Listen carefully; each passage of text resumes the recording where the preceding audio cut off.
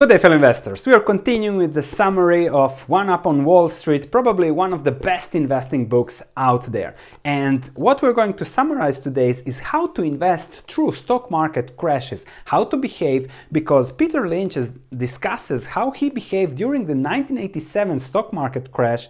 That was a big crash with stocks falling 22.6% in one day. How are you going to behave? What's important? What's not important? One of the greatest investors of all time is telling us. We're going to discuss what Peter Lynch did, how he behaved, what is important when it comes to stock market crashes, and how to invest through stock market crashes. We'll finish this video with his summary and 4 investing lessons how to invest through stock market crashes.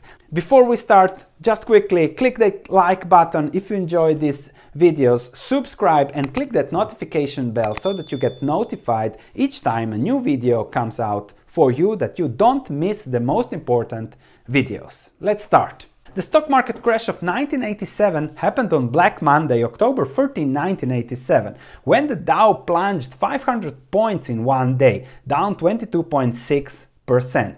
From 1982, the Dow index jumped from 2,000 points to 6,000 points, and when October came, market panic created a selling spiral, also computer programmed selling spiral, stop losses that sent the market down. The news related to the crash was all about panic, comparing it to the 1929 crash, but it is a situation that can happen anytime. The Dow went up 3 times in 5 years, which means that maybe tomorrow the stock market can crash 20% easily. However, Peter Lynch's reactions to the 1987 stock market crash is very peculiar.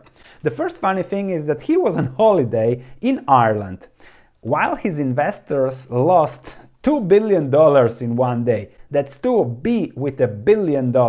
He was visiting Blarney Castle, kissing the Blarney Stone, and playing golf in the beautiful fields of Ireland.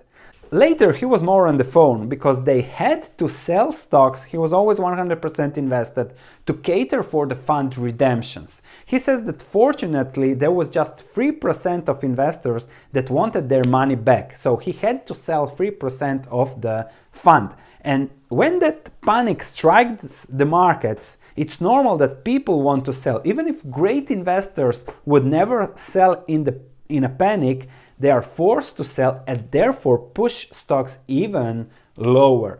That's the unfortunate truth when it comes to stock market. You can be smart, but panic, fund redemptions, people start selling, and therefore you have those flash crashes like we had in December 2018. It's something completely normal. Just a comment, only one investor is protected from having to sell, and that's Warren Buffett. He doesn't have a fund. He has a company, which is Berkshire, so you cannot redeem stocks or money from that. That's why Buffett has a company, not a fund.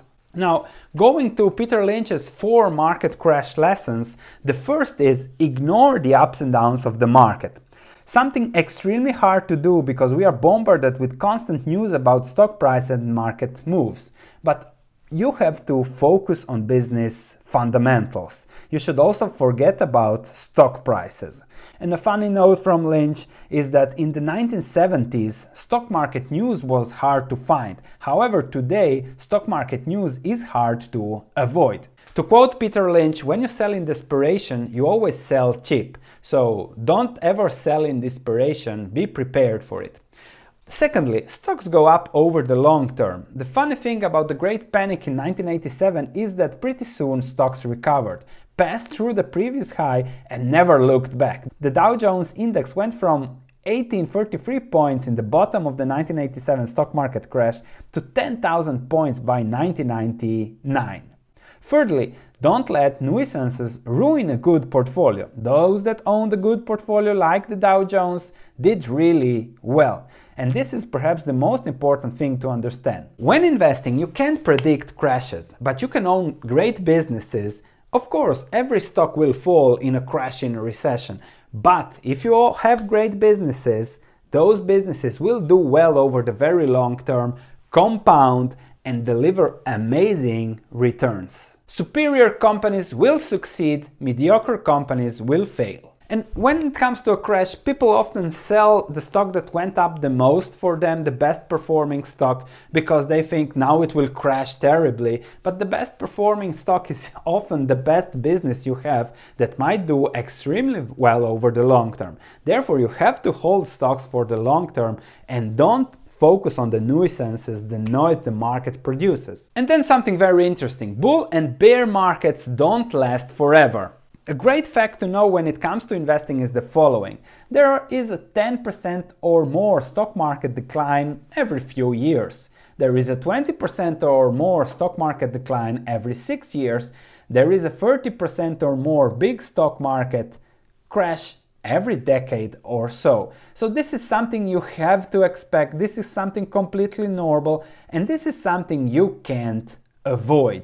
Therefore, take it as granted, stocks will be volatile, but when those businesses deliver on returns, you will do well. So don't try to time the market, focus on great investments. So this is Lynch's view on stock market crashes. I hope it will give you a positive sense on how to invest in this market. Tomorrow I'll discuss about stock market crash predictions, doom and gloom, and how those make you lose a lot of money over the long term. But to stay on the topic of this summary, we're going to continue with the summary of this book that is divided in 3 parts. The first part is about how to prepare yourself to start investing, then how to find great businesses, and the third part is how to remain a long-term investor. The key when it comes to investing, shared by one of the best investors out there. Thank you for watching. Don't forget to subscribe, click like, click that notification bell not to miss great videos. Looking forward to your comments, and I'll see you in the next video.